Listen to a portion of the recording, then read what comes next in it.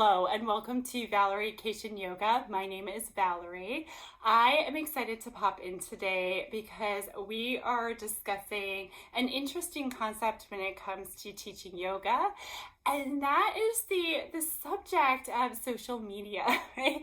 So social media and yoga has been a strange dance that has happened where there's this intersection. And I think for a lot of people, when they consider yoga, they are thinking about those images they have seen on social media versus the essence of what yoga actually is. There's also a lot of gimmicks about yoga online. And even as teachers, we can often buy into those if we don't have a really strong basis for our own personal practice. So that being said, I think all of us kind of have to use social media to some degree to communicate our message, to communicate ways that students can find accessibility in yoga, and also to communicate what we do and where we do it, right? So for me, here I am on YouTube. It's a style of social media. It's a way to communicate with you. And it works really, really well for me to get outreach to teachers and students that I want to reach out to. It's also a really great way for me to connect with people who cannot make it to my practices and cannot practice with me on a weekly basis. So it does some really great things as well. However, other outlets that we've seen like Instagram, Facebook, TikTok, and Twitter have been areas that have a little bit more, sometimes more to offer, but are a little bit more adventurous when we think about how to use this as teachers. So want us to all put our creativity hat on and think of ways that we can use these social media outlets to our advantage and to spread the message. So if you think about marketing, I've been working in marketing since, 2001, I believe. So around the same time, 2000. So I've been working in marketing since 2000, so that would be 23 years. And I started my practice 22 years ago. So I've been working in marketing and practicing yoga for most of my life, right? So when we think about marketing, marketing is communication. And as teachers, oftentimes we're going into our yoga teaching because we want to communicate. We want to communicate a message, an ideology, a way to help support our students. We're all about talking, communicating effectively, and cueing in a way that makes sense to our students and our student base. So if we can think about marketing as a way to communicate versus a way to sell something, we can absolutely touch base with the pure essence of what marketing is. So marketing itself is not a bad thing. We do want to communicate what we're doing to other people. We do want to teach people and communicate our method. So if you can think of it that way, it might be an easier bridge to cross when you're thinking about how to get your offerings out to students and to find your ideal students that are out there, right?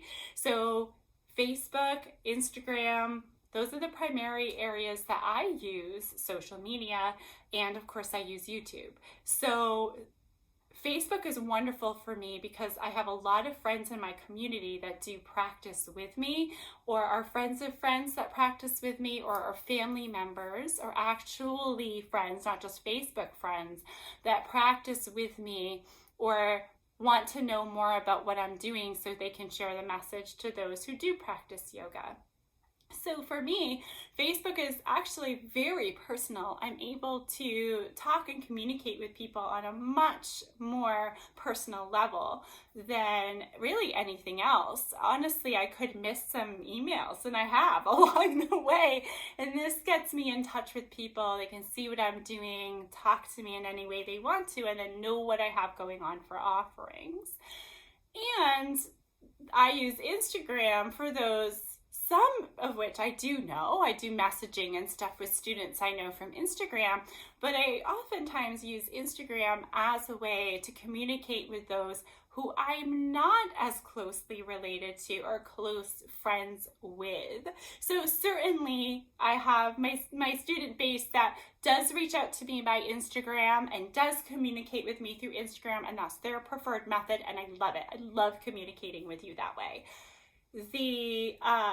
The thing about Instagram is if we can put in the hashtags and kind of use the algorithm, of course it's changing all the time, but the algorithm to our advantage, we might be able to get information out there that wouldn't normally get out there. So something like a hashtag like yoga in Massachusetts may get other people to see you if they happen to look at that hashtag. You can also see, because Instagram is so good about doing this, how many times that hashtag has been posted. So if you say, I'm going to use hashtag yoga in Massachusetts, and it's been posted under 100 times, that might mean it's only been posted once. So you're not going to get a huge following to that. If it says 100 million times, then people are really searching for hashtag yoga in Massachusetts. So it can be a really great way of almost using like an SEO or using their analytics to be able to, and their algorithm, to find your students.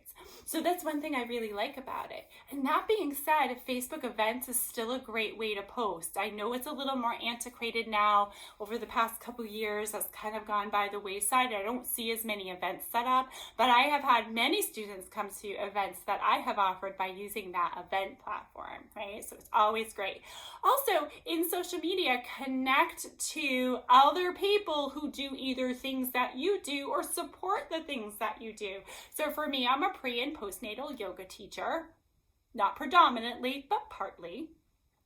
And so I reach out to community. I follow, like, talk to members of my community who have Instagram profiles and Facebook pages that do similar things. Like, how can we work together? How can we be connected and know about each other so that we can share the message to my students, and they can share the message to whomever they work with, that we really need to work together. And I have someone who can do yoga, then I'll say, hey, I have a chiropractor you might like, that kind of thing, and we can do that on social media. So again, it's a really great way of connecting forces. But look for those things, look for those organizations that support your work and are looking for something like this. So those social media outlets. So I know there's plenty of teachers out there, you might be one of them, that's not interested in doing social media. And so that is absolutely okay, fine, and amazing. Next week, we will be talking about email and building your email list so that you can start working on that, because we do need to communicate what we're doing. We can't just rely on these studios to do that for us. We have to continue to let people know what we're doing in this world and how we can serve them and who we might want to serve. So communicate that message. So maybe it's on social media, right? Maybe it's in another way, but starting to rethink how we look at marketing and how we look at social media and doing it in a way that feels authentic to you. Thank you so very much for stopping in here for your quick tip today, and I hope you are doing really, really well in this beautiful, beautiful space that we work in every day. Thank you so, so much.